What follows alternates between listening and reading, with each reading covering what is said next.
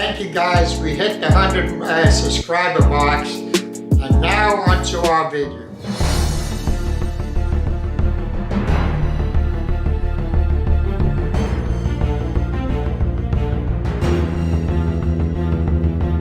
Good afternoon everybody, and welcome back to our channel, the VF Uncanny Family Laughs. Today we're going to do a segment on eye sign, and this might be in two parts because it's a long 55 years of trying to learn about eye sign and educating people on eye sign. Before we start, I'd like to thank Greg McKnight. He's put a lot of work into eye sign, and he writes a lot of articles in the digest, and sometimes people just blow it off. Well, our job today is to try educate people again on eye sign. And good job, Greg. Keep on the good work. Now we're going to go into my made these signs over here, and obviously I've blown them out of proportion so I can explain better what I'm trying to get at. And I'll probably read a few notes. I've wrote a few notes down so I don't forget everything, because it's a lot of studying and learning, and so it's going to take probably a lot longer than 10-15 minutes, but we're going to try, see what we can do. And we're going to start with my number one sign over here. When I got into eye sign years ago, I bought a eye sign loop 50 something years ago, and I bought books, as many books as I could on eye sign. And the main book at that time was a book written by Bishop in England. And basically what he tried to show was the color or coloration. This is the pupil, guys. This is the color or coloration right here, or the outer circle people call it. And this is the iris. Over here, number two sign, this is the beak, by the way, guys, so the birds are always facing to the left. Now when you study an eye sign, you want to study both eyes, because you will get two different readings from the left eye to the right eye. Now here's what Bishop called the 3/4 sign. It's a good sign, it's a good racing eye. Over here, when I was studying eye sign, like I say, a long time ago, I wanted to know the difference. I read all the books, I read all about this color coloration and all this stuff, line side, 3/4 side and everything. But I had a couple of friends of mine who flew what I call short distance birds. They flew from 1 mile to 2 to 3 miles. At them days, 50 years ago, it was real popular in England. So I made friends with them, and I wanted to watch their eyes, look at their pigeons. What made the big difference between our birds, the long distance pigeons, to the short that flew 1 mile, 2 miles.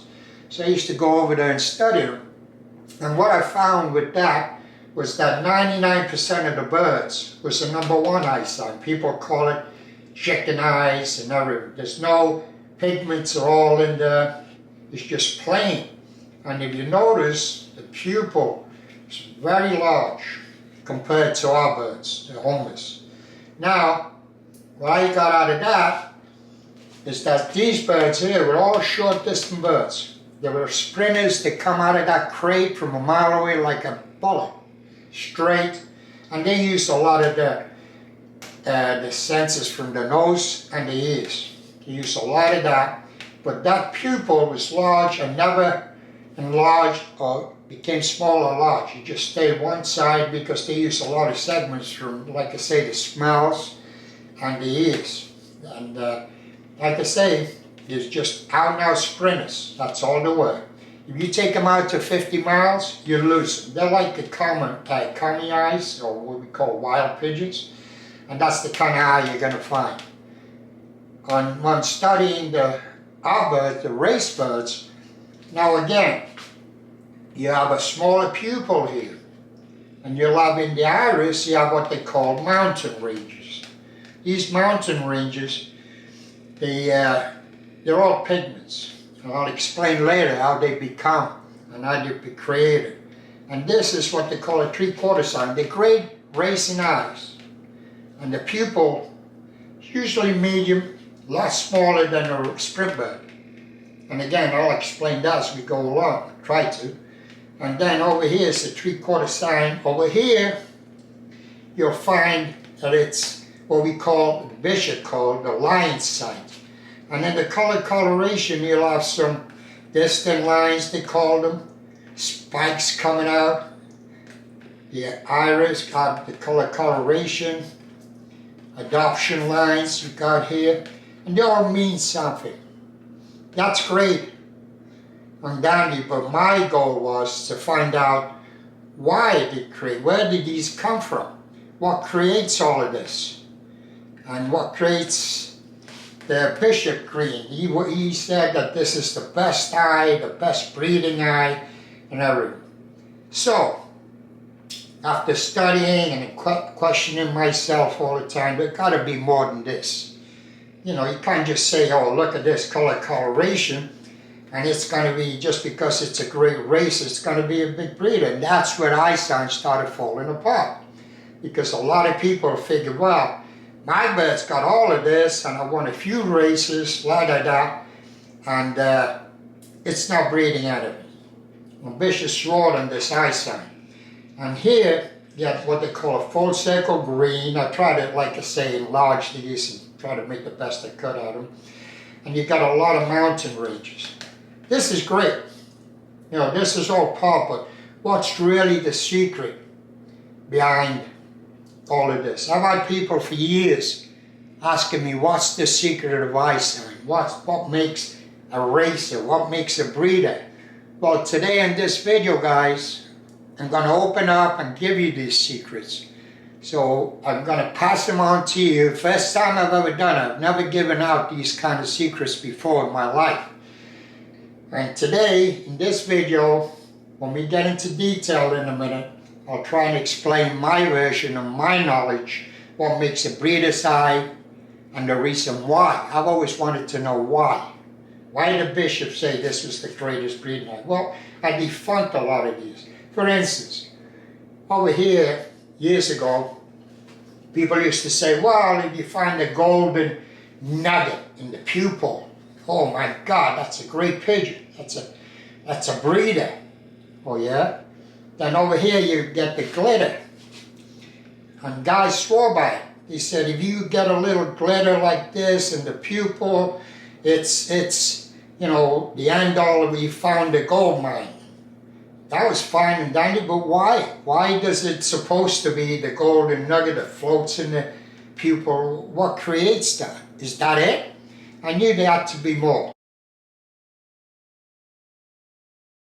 Now we've been doing this I've been doing it for over 50-something years. And it's all about rods, cones, and the retina.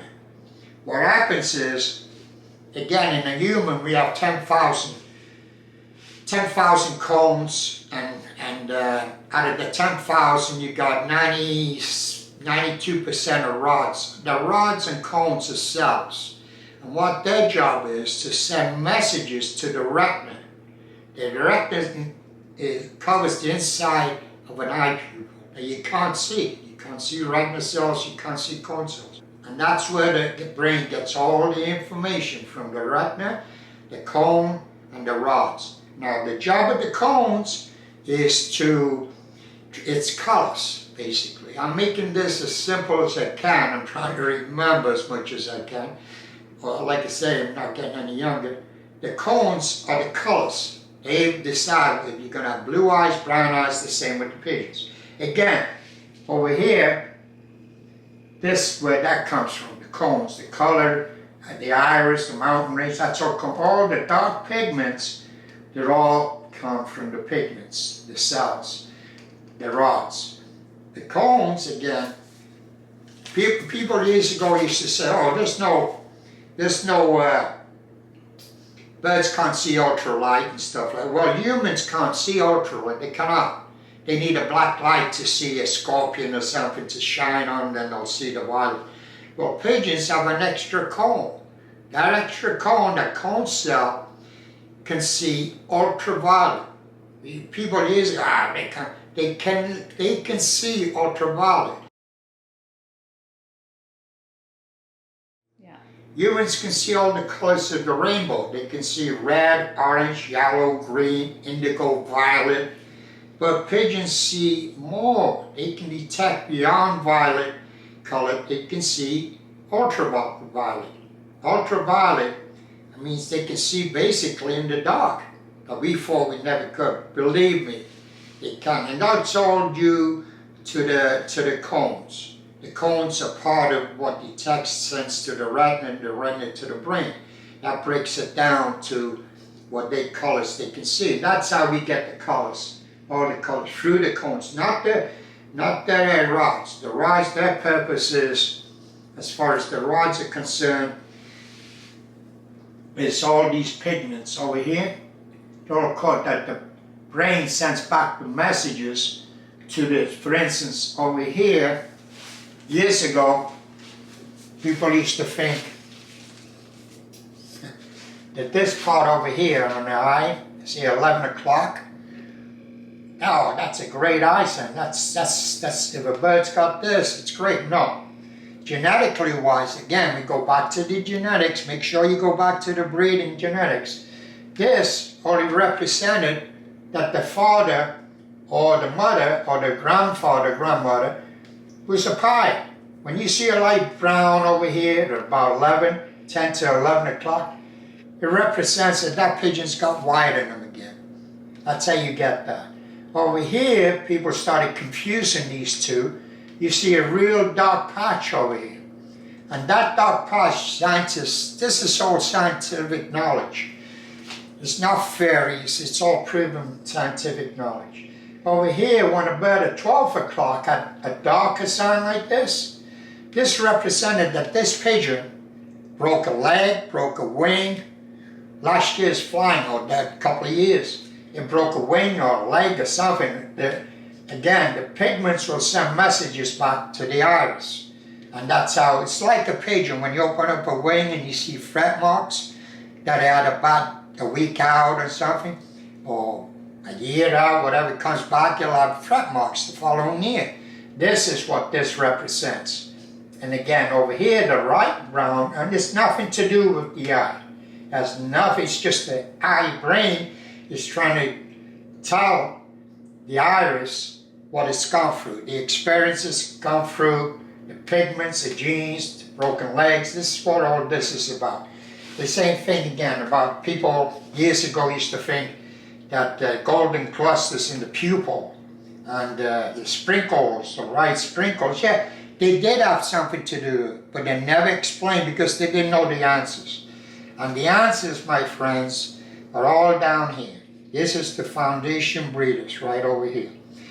They have 100 to 120,000 in here of cones and rods.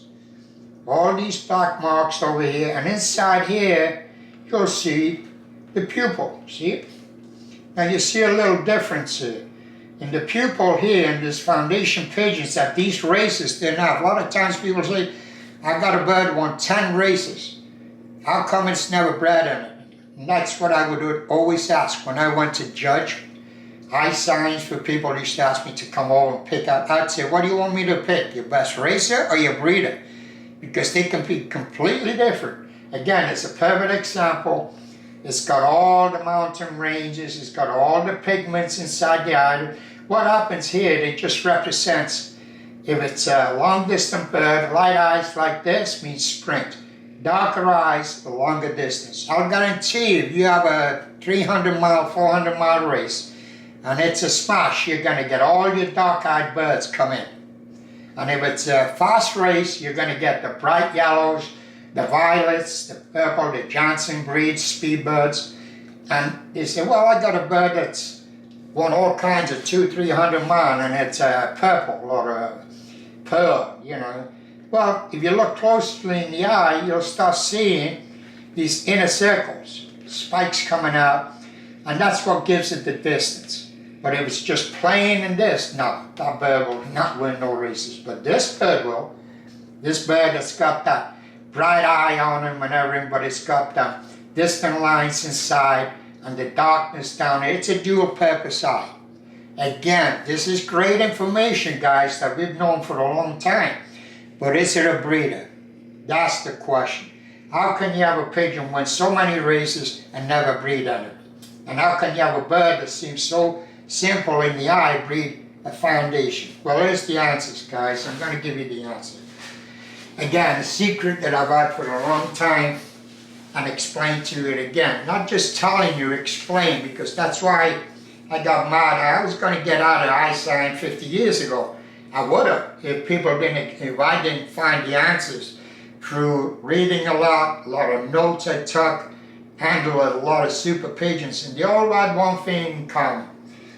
This black pupil has got what we call, and what I call, an inner muscle. If the inner muscle doesn't have, it can't expand and contract. That's the key. It's got to expand and contract.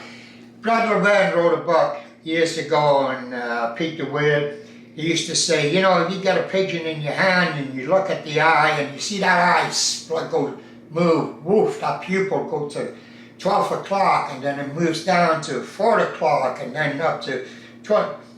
He said that was your super breeder. Well, they were right in a way, but why? That was always been my question. And if I didn't have the answers, I couldn't tell people to look for that. And a lot of people did, and they picked out some nice pigeons.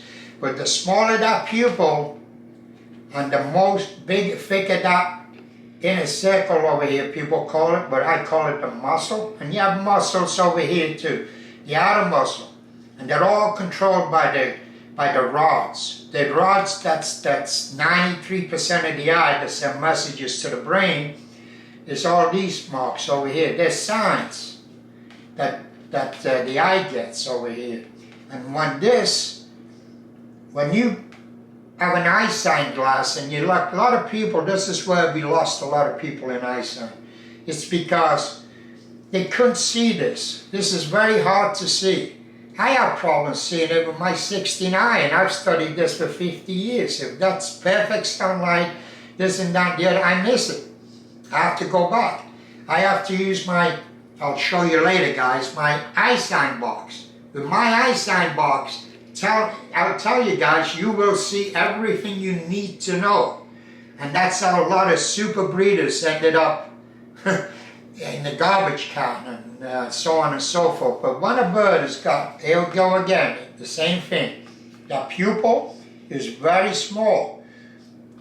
See it? Now again, that's what makes the difference between this kind of eye and the sprinters. That sprinter eye does not expand and contract at all. It doesn't have to. It's only flying mile, 2 miles. A pigeon that's got this kind of eyes that can, with the muscle, can fly 200, 300, 500 miles. And it's constantly through that journey, through 5, 10, 12, 10 hours of flying, it's constantly expanding and contracting. Everything comes into play. The hearing detects the lower frequency that we humans can't. A pigeon can. That helps the birds from, predators, hawks, and sounds. Helps it a lot. But the main feature here is the eye. When you got these kind of pigments, you got these spikes coming out here. They're all coming out of the rods. It's all created by the rods. The colors created by the cones. And everything is manipulated in and out by the rods. They don't have them rods, and this is what represents all the darkness in the room, and then it makes that eye expand and contract, big or small, whatever you guys want to call it. And that's what, if you don't have that in a breeder, you'll never breed anything. And this is all images that are sent back to the pigeons through the retina to the pigeon's brain. Well, guys, again, 5 and 6 are the foundation birds. The races are these birds. They don't have that inner circle, inner muscle in here that contract and expand. A lot of people have always downgraded pigeons' eyes and stuff. It's because 90% don't know what a muscle inside the pupil is. They've never seen the pupil go shoot out this way, shoot out that way. But what makes all that? and it's all about rods and cones that send it to the retina. It's a photo images of all this that's going split seconds that are going through the bird's brain to translate all this to the eye. Again, as far as breeders, the breeders don't have this, and the thicker the better. If you see here, the muscles actually going into the color coloration here. They used to call this, it's like I think Otto Meyer, somebody said that it was like a Coca-Cola bottle or something. Well, it's the same to me. It's like a tire, and there's the rim, and it expands right out there. The better, the stronger this muscle is. And that means that you've got a lot more rods concentrated and cones right into this area. Obviously, it's a no-brainer. If you don't have them rods and cones, and they have 100-something thousand rods, 10 times more than humans, the more rods, the more cones, the more they can control these muscles. And if they can't control these muscles, you don't have the quality of a foundation. And this is genetically passed to their babies. They're not all going to breed. In my lifetime, people say, well, you know all this stuff, you know all these secrets, how come you don't have a lot full? Because in my lifetime, boys and girls, I've already handled maybe 20 of these birds around the world. And them birds, trust me, their owners never let them go. That was their secret. That was their secret. They didn't know what the birds had, but they were the foundation pigeons. And I've handled a few of them. And I've had myself personally, I've owned maybe 3 or 4 in my lifetime.